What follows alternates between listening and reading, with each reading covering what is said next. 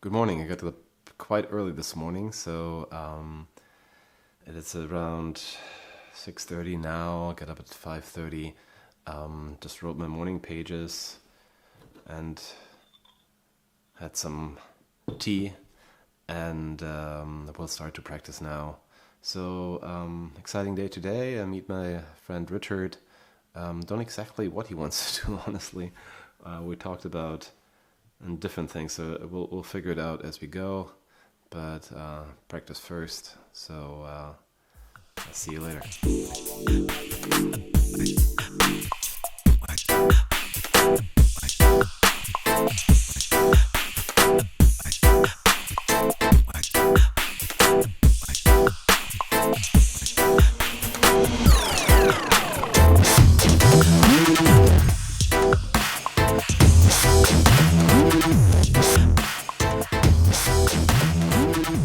Hey guys, so today is the 20th of December 2020, and obviously I missed daylight again today, but that is not so much of a surprise because today is the shortest day of the year 2020. Also, it is an interesting day today because supposedly today we enter as far as stars go. And I'm by far not a specialist when it comes to astrology, but this is supposed to be the Age of Aquarius. So I went to see my friend Richard today, and he's more into the whole astrology thing. And I did a quick interview with him. What happened today, though, I left the apartment, and before I left, I was like, "Oh, charge the battery," because I have only one for the new camera. And when I put it into the charger, I kind of knew, self-fulfilling prophecy, that I most likely will leave it here. So I was ready to record everything, and then the battery was at home. So we had to use the phone. Hope it's okay. It's always good to spend some money on a good camera, and then have to use your phone because you don't have the battery. But anyway, as happens, as they say. And so he had some insights because we definitely, I think it's just in the air that things are changing. And in my, how I feel, I don't think we will go back to what we had before the pandemic started. It's just a question, what kind of new world will we live in? And it was interesting. Today we went to this park here in Berlin, Volkspark Friedrichshain, and the weather was really nice, and people were just, going for a stroll, for a walk, and so that again made me realize that there are really also quite some positive things about what is happening right now. But we'll go through changes, and the question is just, how will these changes pin out at the end, And obviously, change always can also be used by people to turn things their way. And I think that's the important part. Also, we are in something that's called the unknown. And in my experience, and that also is true for myself, nothing scares us more than the unknown. So being in that space is scary because we don't really know where we're going. Now, I had quite some experience with the unknown. I think New York is a great place to live in the unknown because you really don't know.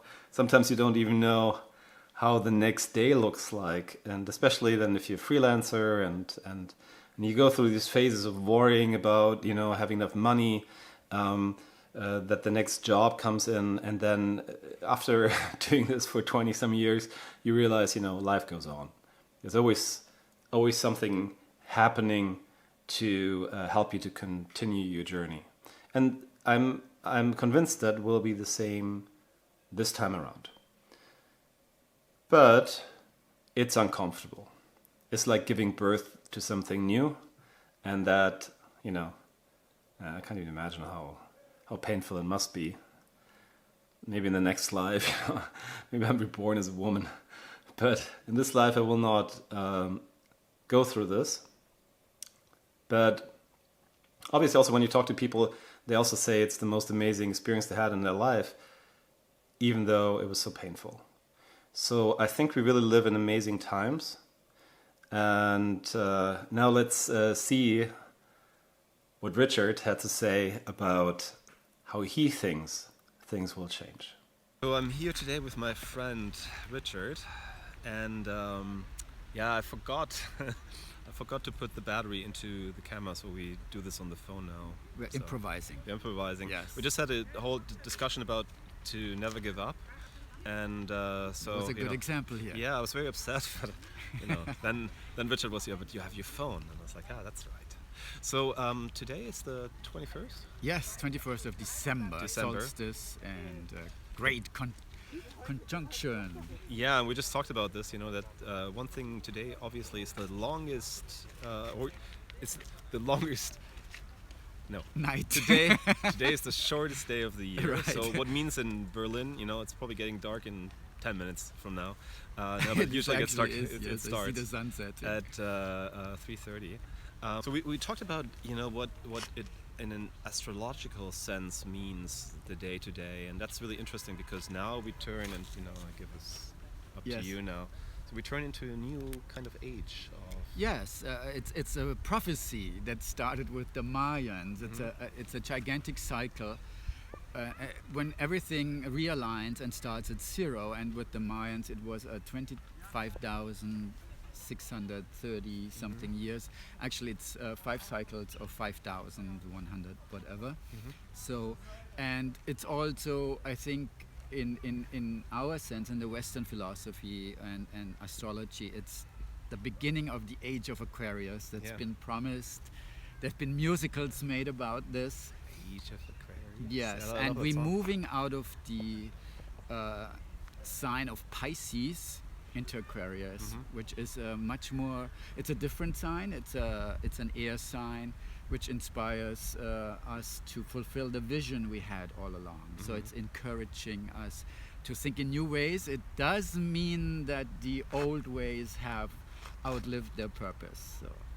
So in a sense, if we talking about Corona, so it's not really the idea to go back to the old life. So it's more like, okay, now we have that change, and now we have to think about what is next.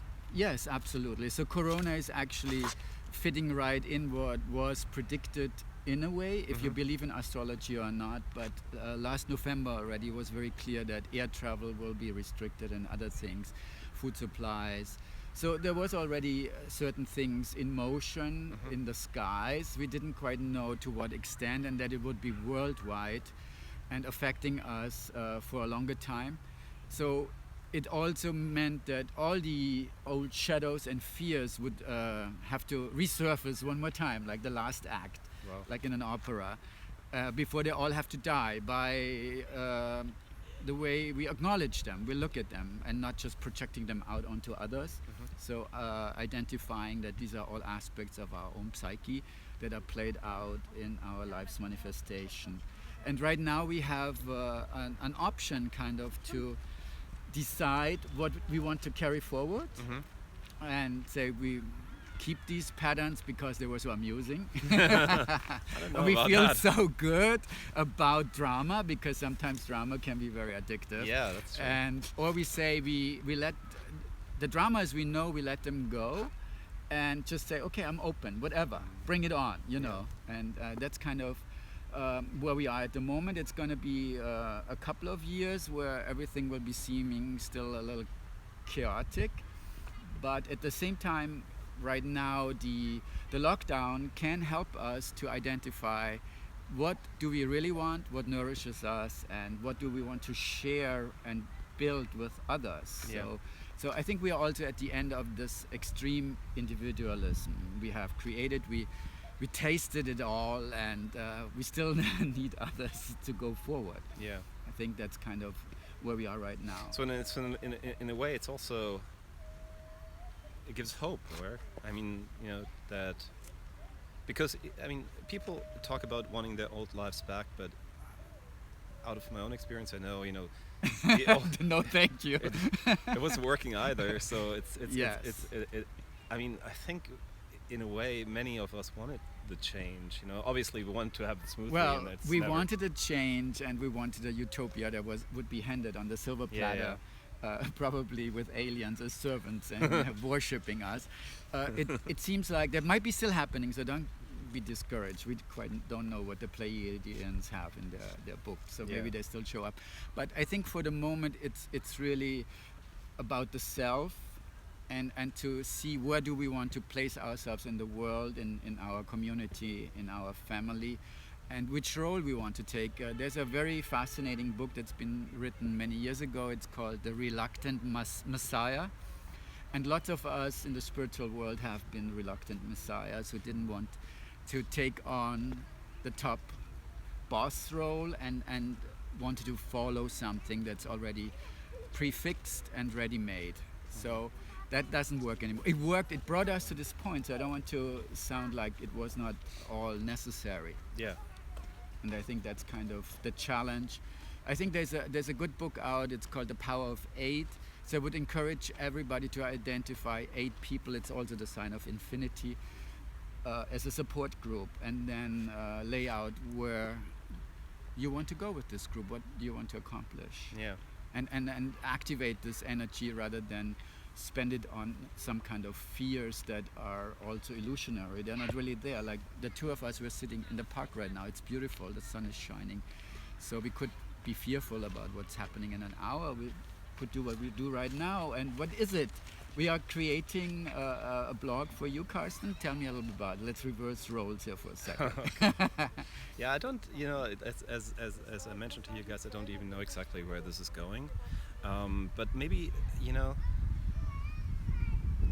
the mind doesn't know anyway, so it's just about doing something, I think, at the moment, and maybe do something that inspires you. I wanted to do this for a long time with the vlog. Yes. And so I just follow my inspiration, and wherever that leads, you know, at least to do something that inspires me.